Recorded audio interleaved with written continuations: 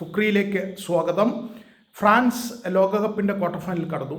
പരാഗ്വയെ pre quarter ഫൈനലിൽ പരാഗ്വയെ ഏക ഗോളിനാണ് ഫ്രാൻസ് മറികടന്നത്. ആ ഗോളാകട്ടെ ഒരു പെനാൽറ്റി ഗോളാണ്. അവരുടെ ക്യാപ്റ്റൻ കിലിയൻ എംബാപ്പയാണ് ആ പെനാൽറ്റി കൺവേർട്ട് ചെയ്ത് ഗോളാക്കി മാറ്റിയത്.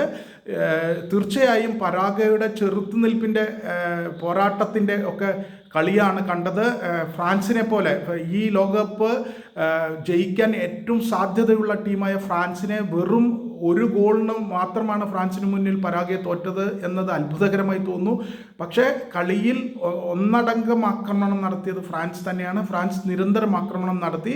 പക്ഷേ പരാഗ്വൻ ഗോളി ഓർലാൻഡോ ഗിൽ അതിഗംഭീരമായിട്ട് ചെറുത്തുന്നു. ഓർലാൻഡോ ഗില്ലിൻ്റെ അതിഗംഭീര സേവുകളാണ് പരാഗ്വയെ ഇത്ര കുറഞ്ഞ സ്കോറിൽ തോൽക്കാൻ വിട്ടത്. അതല്ലെങ്കിൽ കൂടുതൽ ഗോളുകൾക്ക് ഫ്രാൻസ് ജയിച്ചേനെ.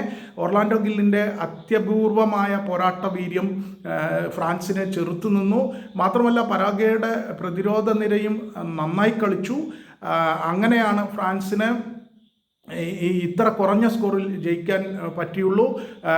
70ാമത്തെ മിനിറ്റിൽ ഒരു വാർച്ചക്കിലൂടെ കിട്ടിയ പെനാൽറ്റി, ഫ്രാൻസിൻ്റെ ഒരു കളിക്കാരനെ പെനാൽറ്റി ബോക്സിൽ വീഴ്ത്തിയതിന് പരാഗ്വെ പ്രതിരോധ നിര താരം വീഴ്ത്തിയതിനാണ് ആ പെനാൽറ്റി കിട്ടിയത്. വാർച്ചക്കിലൂടെയായിരുന്നു ആ പെനാൽറ്റി. അത് കിലിയൻ എംബാപ്പെ സുന്ദരമായി ഗോളടിച്ചു.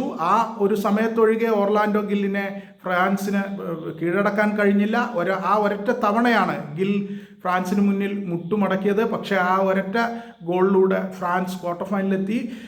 തുടർച്ചയായി 4ാം ലോകകപ്പിലും ക്വാർട്ടർ ഫൈനലിലെത്തിയിരിക്കുകയാണ് ഫ്രാൻസ്. ഇനി ഫ്രാൻസിൻ്റെ എതിരാളി മൊറോക്കോയാണ്.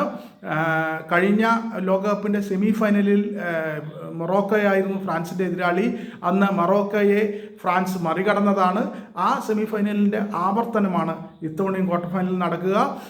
കളിയിൽ പരാഗ്വെ അവസാന നിമിഷങ്ങളിൽ ഈ സമനില ഗോളിന് വേണ്ടി നിരന്തരം പ്രസ് ചെയ്തെങ്കിലും അവർക്ക് ഗോളടിക്കാൻ കഴിഞ്ഞില്ല. ഫൈനൽ തേർഡിൽ അവരുടെ കളി പൂർണ്ണ പരാജയമായിരുന്നു. പെനാൽറ്റി ബോക്സിനകത്ത് അവർക്ക് ഒന്നും ചെയ്യാൻ കഴിഞ്ഞില്ല.